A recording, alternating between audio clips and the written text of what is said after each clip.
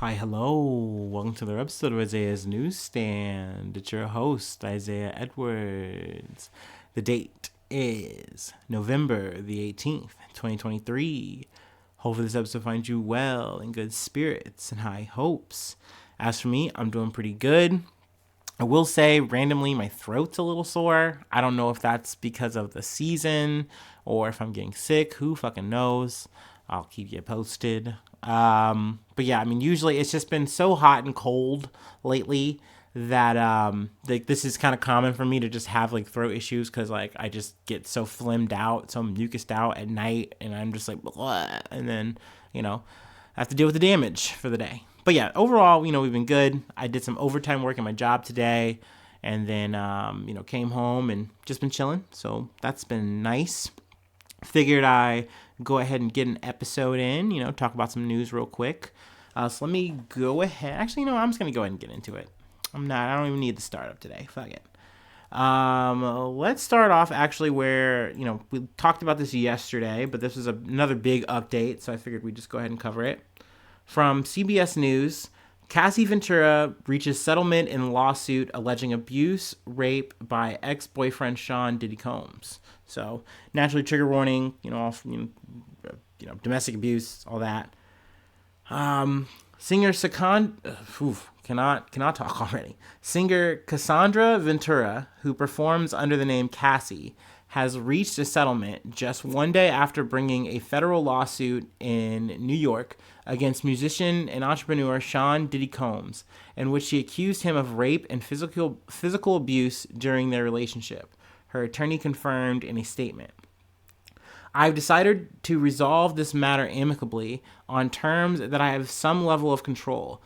I want to thank my family, fans, and lawyers for their unwavering support, Ventura said in a statement. As Diddy said, we have decided to resolve this matter amicably. I wish Cassie and her family all the best. Love. Terms of their settlement were not disclosed. So, like I said, we talked about this yesterday. There was a, big lawsuit launched by Ventura or Cassie. We'll call it Cassie for the rest of this episode. And I mean, it said it was a lot.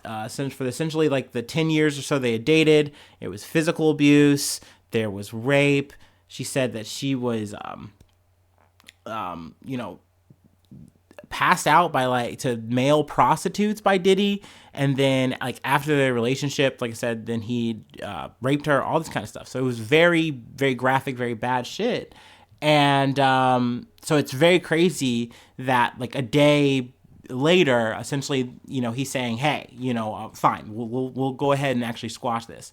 Now, Diddy had alleged that Cassie wanted $30 million or she was going to, go public with this kind of information. And he said, no, I'm not going to pay you that. So I don't know. I don't know if Diddy's lying on that or if there is any validity there, but it does seem like maybe, and once again, this is just me moving into the speculation corner, that Diddy probably was like, all right, I'll pay a number. I'll open my wallet out to make this go away. Because I mean, this is big. And even though this is a civil lawsuit, by the way, that it's getting settled, that doesn't mean that there isn't any investigation ongoing. I have read, kind of New York Posty kind of articles where they're saying, hey, there is a secret investigation going on Diddy.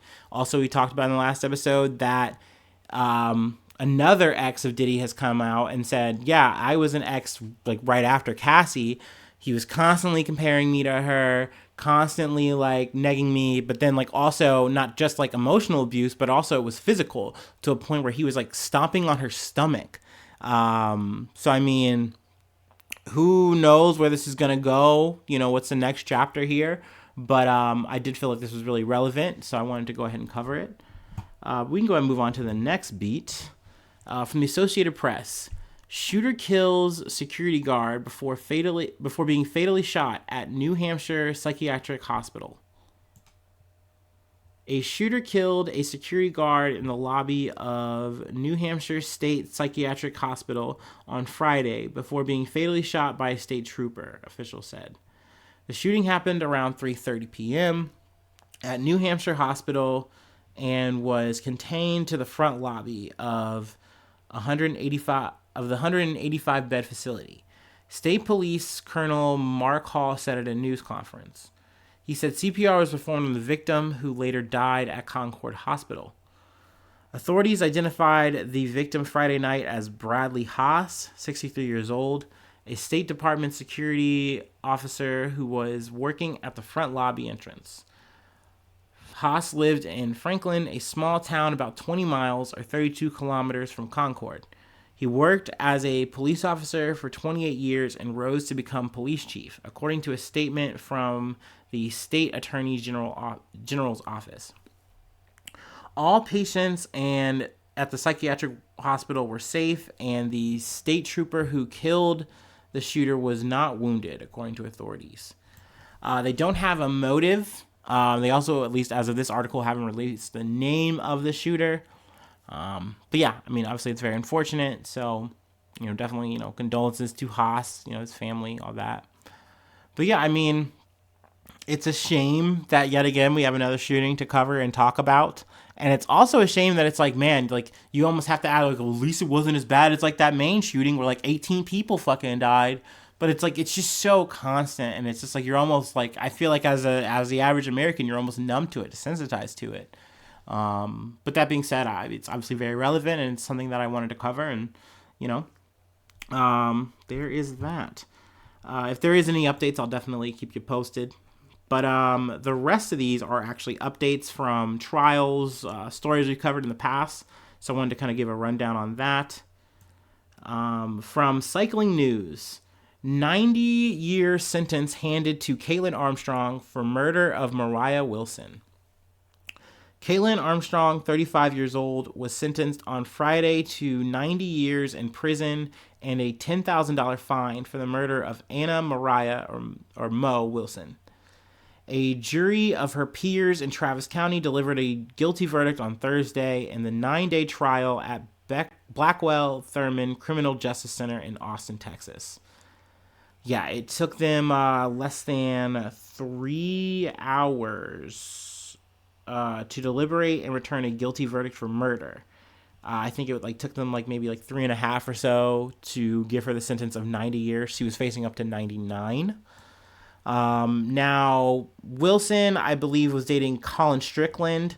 But Strickland, I guess when they were on a break, dated Mo. And then I guess Mo was in town, so they went for drinks and, hung out, did some stuff. Now, who's to say this is an actual love triangle or what have you? I really do feel like that's kind of irrelevant at this point. But it seems that Armstrong became jealous or upset. And I believe that somehow Mo's fitness tracker was used. She literally used that to actually track her. And then even her last final moments were recorded on said tracker. But just very unfortunate because Armstrong comes in and winds up shooting Wilson, driving off. She takes her sister's Caitlin Armstrong or Kristen Armstrong. I'm sorry, I'm getting their names messed up. But Christy Armstrong takes her passport and goes to Mexico. And then, or not Mexico, I'm sorry, Costa Rica, and then gets plastic surgery, but then winds up arrested. So, more or less, is just putting a nail in this coffin. I don't know if she's doing an appeal. Usually, they do. But yeah, I mean, very, very crazy, very fucking sad. I know there's testimonials from the family, and I just can't imagine. And it was sad just because, someone like Mo, it seemed like she was a really bright light for not just her family, her friends, just, anyone who knew her. And sadly, that was snuffed out by Armstrong over what's seemingly a petty love squabble triangle thing. You know what I mean? What the fuck? But yeah, another update I wanted to cover from CNN. Iowa teen... having some issues here. Bear with me. Iowa teen sentenced to life in prison for killing his Spanish teacher. Jeremy Goodale, one of 2 Iowa teenagers who pleaded guilty to the 2021 murder of their Spanish teacher, was sentenced to life in prison Wednesday. He will be eligible for parole in 25 years. Goodale's co-defendant, Willard Miller, was sentenced in July to life in prison with the possibility of parole in 35 years. Miller is appealing the sentence according to his case record. Goodale and Miller pleaded guilty to first-degree murder in the killing of Nohema Grabber, which occurred when they were both 16 years old. Grabber was a teacher at Fairfield High School, not to be confused with Fairfield High School locally, if you know, you know, where Miller and Goodale were students, a city official said. Excuse me. Grabber was beaten to death, and her remains were concealed under a tarp wheelbarrow, and railroad ties, investigators said. So yeah, I mean, obviously this was a very gruesome, grisly story. Essentially, the students were upset because they didn't get a good grade in their Spanish class, and then they decided that they were going to hatch a murder against their Spanish teacher. So yeah, super grisly, fucked up shit. But yeah, we have one more thing to cover before I let you go. On that note, I am going to take my break.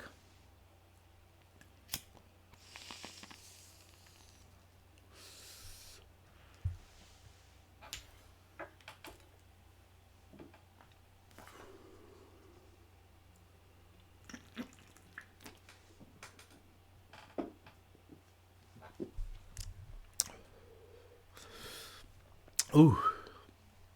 All right. And we're back. From the Associated Press. Man who attacked Pelosi's husband convicted of federal assault and attempted kidnapping charges. A jury on Thursday convicted the man who broke into former U.S. Speaker Nancy Pelosi's San Francisco home last year of federal charges for seeking to hold her hostage and attacking her husband with a hammer. Juries deliberated for about 8 hours before finding David DePape guilty of attempted kidnapping of a federal official and assault on the immediate family member of a federal official. DePape, who faces up to 50 years in prison, did not react as the verdict was read. The attack on the then 82-year-old Paul Pelosi that was captured on police body camera video just days before the midterm elections sent shockwaves through the political world. So yeah, DePape, 43 years old, admitted during trial testimony that he broke into Pelosi's home on October 28, 2022, intending to hold Nancy Pelosi hostage and break her kneecaps if she lied to him. He also admitted to bludgeoning Paul Pelosi with a hammer after San Francisco police officers showed up at the home, saying his plan to end what he viewed as government corruption was unraveling.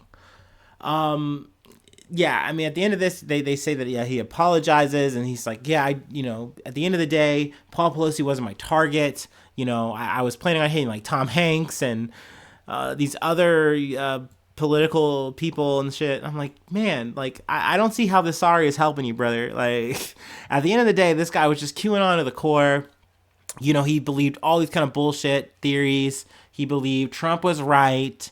And I mean, sadly, it's not like this guy is alone. Like, there are a ton of motherfuckers who are like this. Usually they just keep it to the online forums, to the Twitter threads or whatever. Usually there's trolls. But at the same time, it definitely seems, I feel like, since, 2016, you've seen an uptick of these motherfuckers actually getting active. And yeah, I mean, literally this dude broke into the Pelosi home, which is crazy he was able to do that. You would think there'd be better security, but, I guess motherfuckers just really weren't on it. And I mean, yeah, he literally holds Pelosi hostage. Pelosi is somehow able to get to his phone or a burner phone in his bathroom and calls police. But of course, by the time police get there, like, he's already being like hassled and rassled, and dude just like fucking starts cracking on, Pelosi with a hammer. So yeah, I mean, shit was crazy.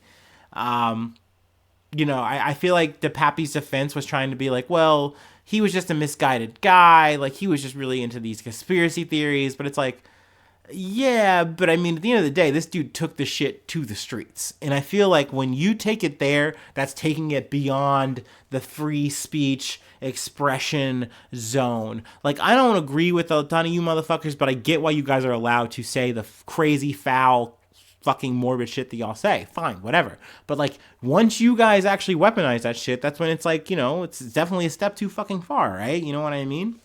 So, I don't think there's going to be any sleep lost for the David DePapes of the world. But definitely it was something I wanted to cover. I mean, if his sentence is anything abnormal, then maybe we'll cover it. But it probably won't be. He's probably going to be chilling in around that 50 years. I don't know. Maybe there's going to be some kind of parole. But yeah, I feel like good leaving it there. And I feel like I'm good leaving it there for the episode. If you'd like to support the effort, you can. There is a way. Patreon.com/Isaiah News. Let's see here. I will dub thee a newsie. I shout you out at the top of the month. And then also plug a project if you like. Also, free ways to hit me up, IsaiahNews1@gmail.com. And then I'm on all of the social media apps that you're probably on. The Facebook, the X, Instagram, all that. Follow me or the podcast there. Also, like I said, or didn't say it actually, but I've been having some problems with Spotify lately, it seems. So if you're still listening on whatever feed you are, great, awesome. Please keep listening. Hopefully you're hitting the button, keeping it there. But I would say the best way is probably the YouTube as of lately for sure. Hopefully you're subscribed there either way. That helps out a lot. And you're hitting all the thumbs up and all of the hearts and, positive comments and vibes are always welcome. But yeah, hopefully I see you soon for some more good news. I love ya. Bye-bye. Mwah.